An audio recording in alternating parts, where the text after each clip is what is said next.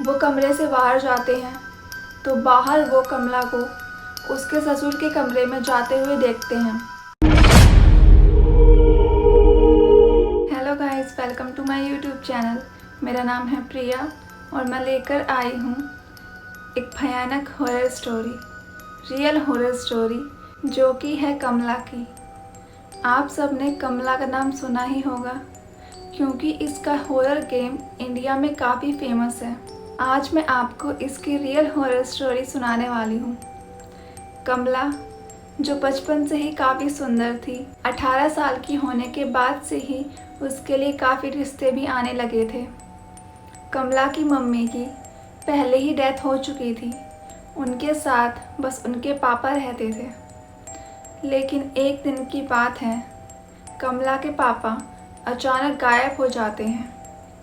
वो हर जगह अपने पापा को ढूंढती है, गांव वाले भी ढूंढते हैं, लेकिन उनके पापा कहीं नहीं मिलते।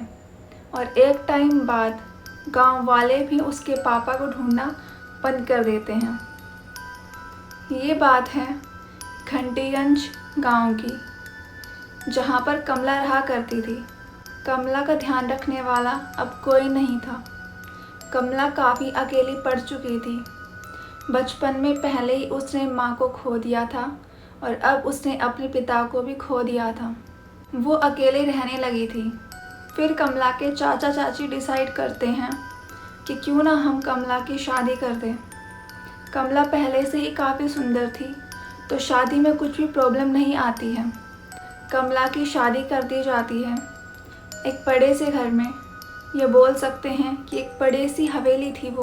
कमला के ससुराल वाले भी काफ़ी अमीर थे, उनके पास किसी की भी कमी नहीं थी। एक बड़ी सी हवेली जहाँ पर वो लोग रहा करते थे और उनके पूरे गांव में वो काफ़ी फेमस भी थे। कोमल वहाँ रहने लगती है और फिर वो धीरे धीरे करके खुद को भी सेटल करने लगती है। अब कमला खुश रहने लगी थी। उसकी खुशियाँ जो छिन गई थी, अब उसे धीरे धीरे वो वापस मिलने लगी थी। कमला के ससुराल में उनके सास ससुर थे, कमला के हस्बैंड और उनके देवर। ये चारों मेंबर्स थे, जिसमें अब कमला भी जुड़ चुकी थी।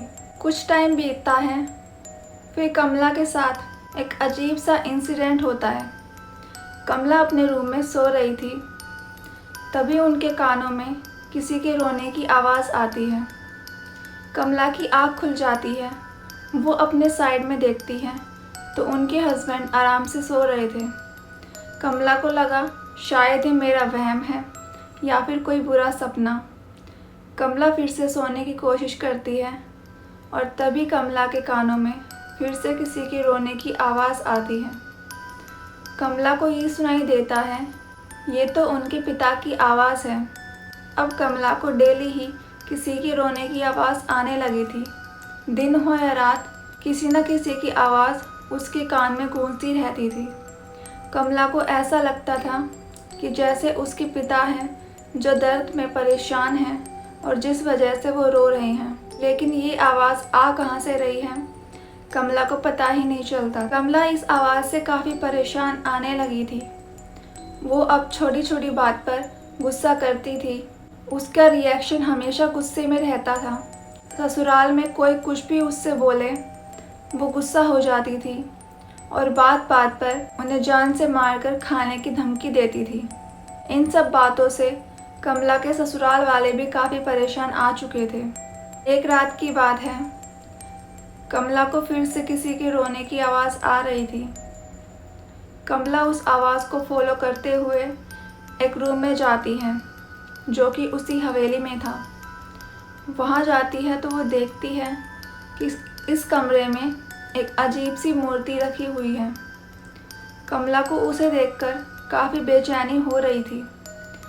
कमला उसे अपने हाथों में ले लेती है। जैसे ही वो उस मूर्ति को अपनी हाथ में लेती है, कमला का दम घुटने लगता है, जैसे उसे सांस ही ना आ रही हो।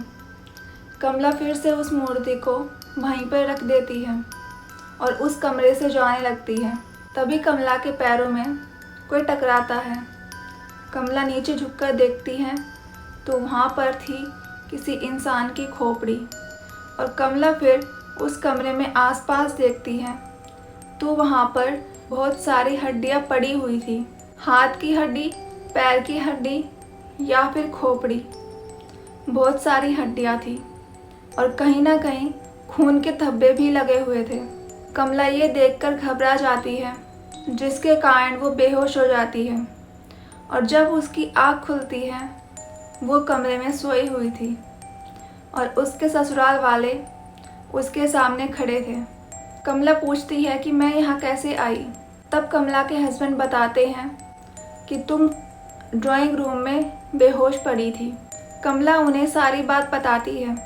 वो कमला से बोलते हैं कि शायद ये कोई तुम्हारा बुरा सपना होगा। इस बात को टाल दिया जाता है। कमला अब और भी ज़्यादा गुस्सा करने लगी थी। वो ये नहीं देखती थी कि सामने वाला कौन है। एक रात की बात है कमला के हस्बैंड सोने के लिए रूम में आते हैं। तब वो देखते हैं कि कमला बेड पर नहीं है। कमला उनके रूम के कॉर्नर में खड़ी हुई है और उसका चेहरा दीवार की तरफ है। उसके ज़ोर ज़ोर से हंसने की आवाज़ आती है। जैसे ही उसे पता चलता है कि उसके हस्बैंड रूम में आ गए हैं, वो पीछे मुड़ती है और मुड़कर रोने लगती है। अपने हस्बैंड से रिक्वेस्ट करती है, मैं निर्दोष हूँ, मुझे बचा लो। उसके हस्बैंड उसे इस हालत में नहीं देख पाते हैं। वो किसी तरह कमला को शांत करते हैं और उसे सुला देते हैं, लेकिन कमला का बिहेवियर ठीक ही नहीं हो रहा था। वो दिन में दिन काफ़ी एग्रेसिव होती जा रही थी। एक दिन की बात है, कमला के ससुर उनके रूम में बैठे हुए थे। तभी उनको ऐसा फील होता है कि जैसे कोई नोकीली चीज़ उनकी पीठ पर छुपाई हुई है। वो पीछे मुड़कर देखते हैं तो वहाँ पर कमला खड़ी थी और उसने अपने सारे नाखूनों को उसके ससुर की पीठ पर छुपाया हुआ था और वो ज़ोर ज़ोर से हंस रही थी और एक क्रीपी सी स्माइल दे रही थी। उसका चेहरा काफ़ी डरावना लग रहा था। ये देखकर कमला के ससुर भी काफ़ी डर जाते हैं। उसी रात की बात है, कमला के हस्बैंड रूम में आते हैं और देखते हैं कि इस बार कमला पूरे रूम में कहीं नहीं थी। वो कमरे से बाहर जाते हैं तो बाहर वो कमला को उसके ससुर के कमरे में जाते हुए देखते हैं। उसका पीछा करते हुए कमला के हस्बैंड उसी रूम में जाते हैं और देखते हैं कि कमला ने उनके पापा को जान से मार दिया है और अब वो उनकी मांस और खून को चबा रही है। वहाँ पर एक बुरी तरह से कमला के हस्बैंड के पापा की डेथ हो चुकी थी।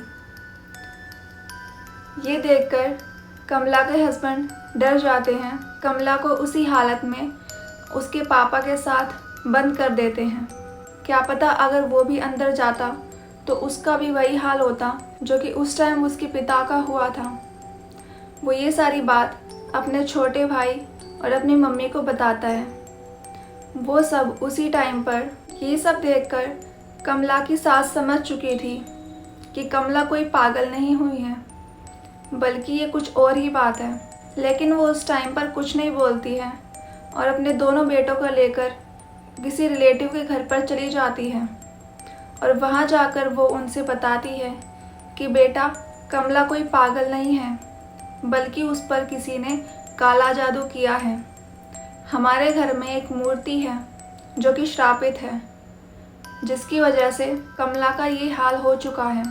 कुछ टाइम बाद कमला के हस्बैंड की और उसके सास की डेथ उसी हवेली में हो चुकी थी। लेकिन कमला के देवर गायब थे।